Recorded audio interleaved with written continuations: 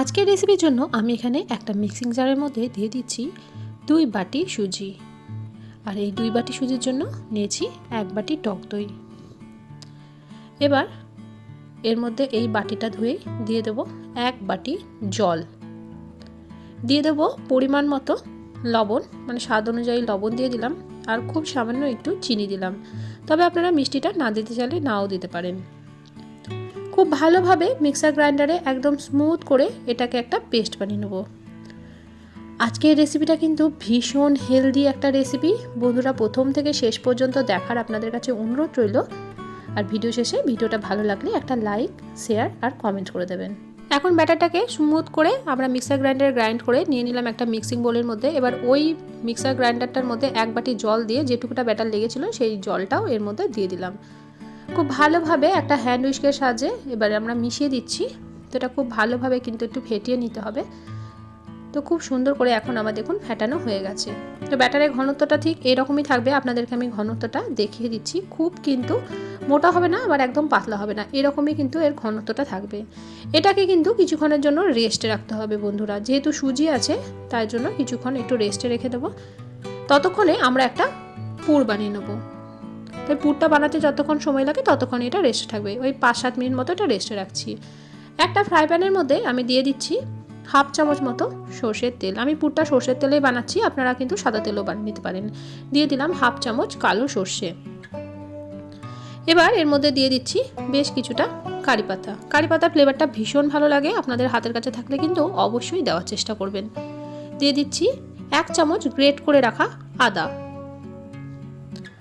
একটা ছোট্ট সাইজের ক্যাপসিকাম আমি এর মধ্যে কুচি করে দিয়ে দিলাম। আপনারা আপনাদের পছন্দ মতো যে কোনো সবজি কিন্তু দিয়ে দিতে পারেন। দিয়ে দিলাম একটা ছোট্ট টমেটোর অর্ধেকটা, আর কিছুটা চিলি ফ্লেক্স। তবে যদি বাচ্চারা খায় এক্ষেত্রে কিন্তু ঝালটা আপনাদের পছন্দ মতো দেবেন, চিলি ফ্লেক্সটা কিন্তু এখানে স্কিপও করে দিতে পারেন। খুব ভালোভাবে তেলের মধ্যে একটু নাড়াচাড়া করে দিচ্ছি, আর গ্যাসের ফ্লেমটা কিন্তু একদম লোতে রেখেছি। আপনারা এখানে বিনস, গাজর যে কোনো কিছুই ব্যবহার করতে পারেন, আবার কোনো কিছু না দিলেও কিন্তু ভীষণ ভালো লাগে। তো এখন দিয়ে দিচ্ছি 2 বড় সাইজের আলু আমি সেদ্ধ করে রেখেছিলাম, আর আলুটাকে এভাবে একটু ম্যাশ করে দিয়েছি। এবার আলুটা আমি এর মধ্যে দিয়ে দিলাম স্বাদ অনুযায়ী লবণ। এবার দিয়ে দিচ্ছি পরিমাণ মতো একটু হলুদ গুঁড়ো, আর দিচ্ছি সামান্য একটু কাশ্মীরি লঙ্কার গুঁড়ো। এবার খুব ভালোভাবে একসঙ্গে মিশিয়ে দিতে হবে। এই পুরটা কিন্তু ভীষণ তাড়াতাড়ি বানানো হয়ে যায়। আপনারা চাইলে কিন্তু এখানে পেঁয়াজেরও ব্যবহার করতে পারেন, তবে আজকে আমি এটা সম্পূর্ণ নিরামিষভাবে বানাচ্ছি, তো তার জন্য আমি কিন্তু এখানে পেঁয়াজ রসুনের ব্যবহার করিনি। তো বন্ধুরা খুব ভালোভাবে একটা স্প্যাচুলার সাহায্যে এখানে একটু মিশিয়ে দিতে হবে। এবার সব শেষে দিয়ে দিচ্ছি ছোটো চামচের 1 চামচ চাট মশলা। এটা দিলে কিন্তু ভীষণ চটপাটা লাগে এই পুরটা খেতে। হাতের কাছে থাকলে অবশ্যই করে দেওয়ার চেষ্টা করবেন। তো খুব ভালোভাবে আবারও চাট মশলাটা মিশিয়ে দিলাম। এখন কিন্তু পুরটা আমাদের একদমই রেডি হয়ে গেছে। গ্যাসের ফ্লেমটা আমি এই সময় বন্ধ করে দিলাম। এবার এই পুরটাকে একটা প্লেটের মধ্যে তুলে নিয়ে সম্পূর্ণটা ঠান্ডা করে নেব। এতক্ষণে সুজিটাও কিন্তু আমাদের রেস্টে রাখা হয়ে গেছিল। তো দেখুন এখন কিন্তু সুজির ব্যাটারটা একদম পারফেক্টলি সেট হয়ে গেছে। আপনাদেরকে আমি দেখিয়ে দিচ্ছি। খুব সুন্দরভাবে কিন্তু সুজির ব্যাটারটা আমাদের রেডি হয়ে গেছে। খুব ঘনও নেই, আবার কিন্তু একদম পাতলাও নেই, এইরকমই কিন্তু ঘনত্বের ব্যাটারটা আমাদের প্রয়োজন। এবার এর মধ্যে দিয়ে দিচ্ছি 1 চামচ গোটা জিরে। আপনারা সবাই জানেন গোটা জিরে আমাদের হজমে সাহায্য করে। দিয়ে দিলাম 1 চামচ বেকিং পাউডার, আর এই চামচের 4 ভাগের 1 ভাগ দিয়ে দিলাম বেকিং সোডা। খুব সামান্য একটু জল দিয়ে দিলাম যাতে এটা অ্যাক্টিভ হয়ে যায়। তো এবার খুব ভালোভাবে এটাকে একটু ফেটিয়ে নিতে হবে। বেকিং পাউডার আর বেকিং সোডা কিন্তু দিয়ে এটাকে আর বেশিক্ষণ রাখা যাবে না, খুব তাড়াতাড়ি করে বানিয়ে নিতে হবে। আর এখন কিন্তু ব্যাটারটা ভীষণ হালকা হয়ে গেছে। আপনারা এটা ফেটাতে ফেটাতেই বুঝতে পারবেন বেকিং পাউডার দেওয়ার পরে কিন্তু এটা একদমই হালকা হালকা মনে হবে। তো বন্ধুরা খুব ভালোভাবে এটা ফেটিয়ে নিয়েছি। আর জিরেটা দেওয়ার জন্য কিন্তু এর টেস্টটা ভীষণ ভালো আসে। আপনাদেরকে আবারও একটু ঘনত্বটা দেখিয়ে দিচ্ছি। তো দেখুন বন্ধুরা এইরকমই কিন্তু এর ঘনত্বটা হবে। আর আজকের রেসিপিটা আমি এরকম আপ্পাম প্যানের মধ্যে বানিয়ে নেবো। তো এই আপ্পাম প্যানের মধ্যে খুব অল্প করে একটু করে সর্ষের তেল আমি দিয়ে দিচ্ছি। তো আমি কিন্তু সর্ষের তেল দিয়ে বানাচ্ছি, আপনারা চাইলে কিন্তু সাদা তেল অথবা একটু বাটার দিয়েও এটা বানিয়ে নিতে পারেন। তো দেখুন খুব সামান্য 1 ফোঁটা করে আমি এখানে সর্ষের তেল দিয়ে দিচ্ছি, তো এই তেলেই কিন্তু এগুলো আমাদের সুন্দরভাবে তৈরি হয়ে যাবে। তো এবার এটাকে 1 চামচ করে ব্যাটার এর মধ্যে দিয়ে দিচ্ছি। তো বন্ধুরা এটা ভালো করে আগে এটা সেট করে নেব, তারপর কিন্তু এটাকে আমরা গ্যাসের আঁচে বসাবো। তো প্রথমে 1 চামচ করে ব্যাটার আমরা দিয়ে দেবো। আজকের রেসিপিটা কে কোথা থেকে দেখছেন অবশ্যই আমাকে কমেন্ট করে জানাবেন।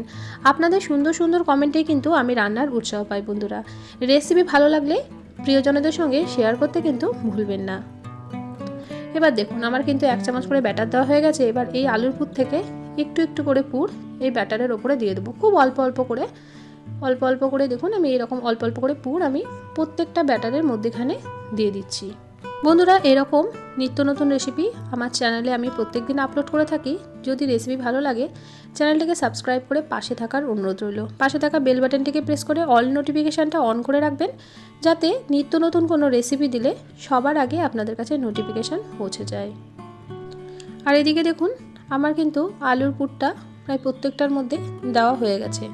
বেশি করে কিন্তু পুর দেবেন না, অল্প অল্প করে একটু করে গোল গোল করে পুরটা এর মধ্যে দিয়ে দেবেন। এবার এর ওপর থেকে আবারও 1 চামচ করে ব্যাটার আমরা দিয়ে দেবো। এই পুরটাকে কভার করে দিতে হবে। তো তার জন্য আমি 1 চামচ করে ব্যাটার এর ওপর থেকে দিয়ে পুরটাকে কভার করে দিচ্ছি।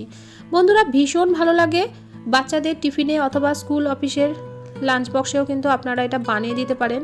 ভীষণই ভালো লাগে, সবাই কিন্তু ভীষণ পছন্দ করবে। আর এই গরমে খুব বেশি তেল মশলাদার খাবার খেতেও ভালো লাগে না, এটা কিন্তু আপনারা অবশ্যই বানিয়ে দেখতে পারেন। আর ভীষণ হেলদি টেস্টি একটা রেসিপি। তো এবার এগুলোকে আমরা তৈরি করে নেব। তো তার জন্য আগে থেকে কড়াইয়ের মধ্যে কিছুটা জল আমি বসিয়ে দিয়েছিলাম। এখন জলটা দেখুন ফুটতে লেগেছে। এবার এই জলের ভাপেই কিন্তু এগুলো তৈরি হয়ে যাবে। আমি এবার আপ্পাম প্যানটা বসিয়ে দিয়ে গ্যাসের ফ্লেমটা মিডিয়ামে রেখে ঢাকা দিয়ে এটাকে 5 থেকে 7 মিনিট মতো একটু স্টিম করে নেব।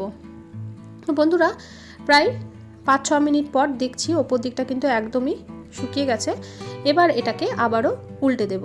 তো দেখুন ওপর দিকটা কিন্তু সুন্দরভাবে হয়ে গেছে। তো এবার উল্টো পৃষ্ঠাটাও কিন্তু সুন্দরভাবে উঠে যাচ্ছে, একটুও কিন্তু এই আপ্পাম প্যানের মধ্যে আটকে যাচ্ছে না। এরকমভাবে একটা চামচের সাহায্যে একটু সাবধানে এটাকে উল্টে দিতে হবে। এখন কিন্তু ভীষণ গরম, আর গ্যাসের ফ্লেমটা কিন্তু এখন আমি লোতে করে দিলাম, যেহেতু এর স্টিমের ভাবটা হাতে লাগছিল, তো তার জন্য আমি একদম লোতে করে দিয়েছি। তো এইভাবে প্রত্যেকটাকেই আমি একটু করে উল্টে দিচ্ছি, আর সুন্দরভাবে কিন্তু খুব সহজে এটা উল্টে যাবে যেহেতু তেল দেওয়া আছে।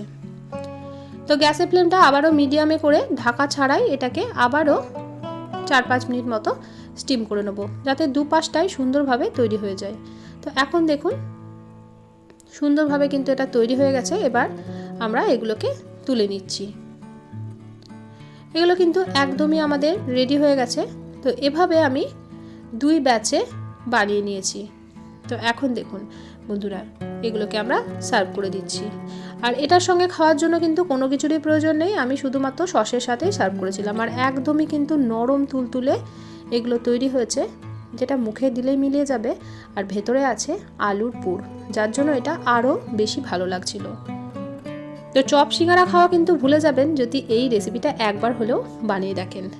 আমি কিন্তু এটা টমেটো সসের সাথে সার্ভ করে দিলাম। তো বন্ধুরা রেসিপি ভালো লাগলে আমার চ্যানেলটিকে সাবস্ক্রাইব করে পাশে থাকবেন। আজকের মতো আসি, দেখা হবে অন্যদিন অন্য একটা রেসিপির সাথে। সবাই ভালো থাকবেন, সুস্থ থাকবেন, সাবধানে থাকবেন।